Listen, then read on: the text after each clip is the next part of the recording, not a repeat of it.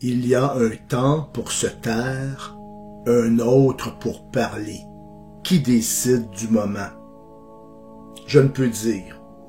Je sais seulement que lorsque les mots sortent de notre bouche, ils doivent nourrir l'esprit afin que nous puissions mieux écouter le silence.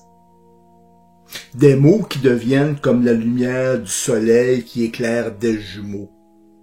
Un Benoît qui parle, au risque de nous perturber et de se faire des ennemis, et un autre Benoît qui se tait, et dont le silence finit par dévoiler des mots qu'on préfère éviter, même par un 19 novembre.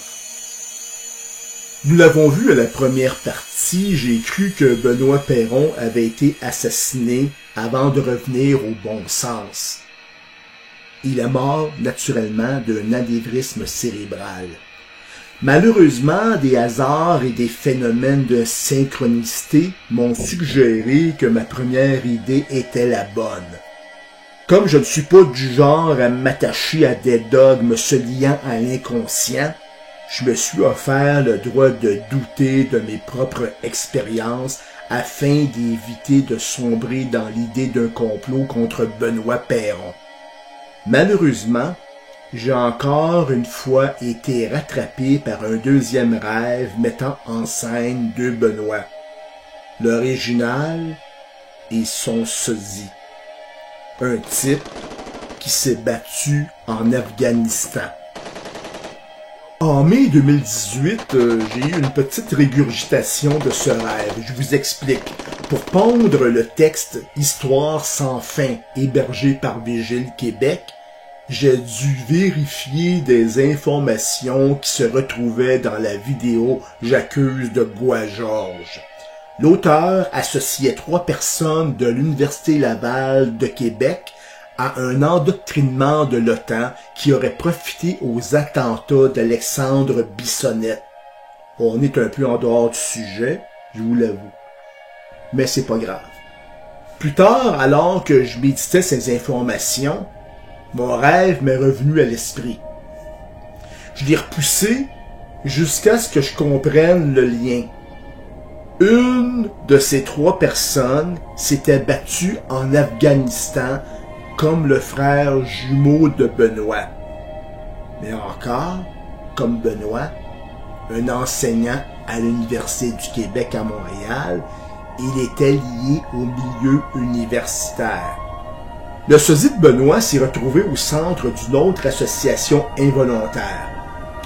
Après avoir tenté d'entrer en communication avec un ami de Benoît sans résultat, j'ai commencé à pondre le texte de cette vidéo.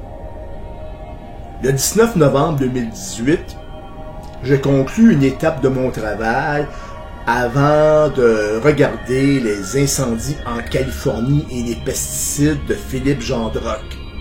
L'auteur affirmait que les incendies en Californie étaient causés par des armes à micro-ondes. J'ai pas réellement suivi le dossier des incendies à Paradise. Sauf que je sais que ces armes existent. Elles sont nées dans les années 50 dans le cadre de développement d'une panoplie d'armes électromagnétiques et psychotroniques. On appelait ça aussi des armes psychiques. Je ne peux dire si elles ont provoqué des incendies en Californie et pourquoi.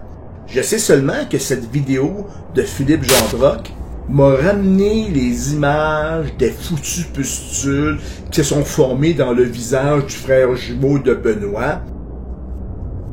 Ces images rappellent les effets d'une exposition à des micro-ondes. Du moins, ce sont les images qui sont véhiculées par le cinéma fantastique, horreur, science-fiction, qui est fabriqué par des usines à Hollywood. Je sais que cette association peut sembler tardive quand on pense qu'elle vienne d'un rêve qui a été fait durant l'été de 2016, alors que j'ai fait le lien en novembre, le 19 novembre 2018. En même temps, Cette association arrive au moment idéal. Depuis septembre 2018, les armes électromagnétiques ne sont plus l'adage des complotistes. Elles sont l'explication la plus pertinente aux maux dont furent victimes les diplomates états-uniens à Cuba en 2016 et 2017. Nous parlons de sons aigus très intenses qui ont provoqué des blessures comparables à des traumatismes cérébraux, étourdissements, maux de tête, acouphènes, fatigue, problèmes cognitifs et visuels, troubles de sommeil et des lésions cérébrales sans qu'il y ait eu de traumatisme crânien. Une idée reprise dans le New York Times le 1er septembre 2018, le journal Libération de France, et dans le texte « Cuba a-t-il attaqué des diplomates américains à coups de micro-ondes » qui fut publié dans Le Devoir du 4 septembre 2018. En fin de compte, des informations qui sont parues dans les médias après que James Lynn, de l'Université d'Illinois, ait écrit en janvier 2018 dans la revue bioélectromagnétique à propos des mots des diplomates que des faisceaux de haute intensité auraient été la cause probable de ces troubles chez les diplomates américains. Ces faisceaux auraient été dirigés seulement sur la cible visée depuis un endroit dissimulé. L'arme à micro-ondes, capable d'une telle opération, estime le quotidien américain bioélectromagnétique, peut affaiblir ou même tuer une personne. Ok. Probablement que des micro-ondes auraient traversé les murs de l'ambassade américaine à Cuba pour s'attaquer à des gens. Comment? Pour Jane Lynn, elles peuvent provenir d'une antenne satellite portée à bout de bras ou dissimulée dans un véhicule, un bateau ou un hélicoptère. Bravo. Ok. Peuvent-elles aussi traverser les murs d'une chambre à coucher? Il y a quelques années, des micro-ondes ont provoqué des anévrismes sur des animaux de laboratoire. Qu'en est-il des humains?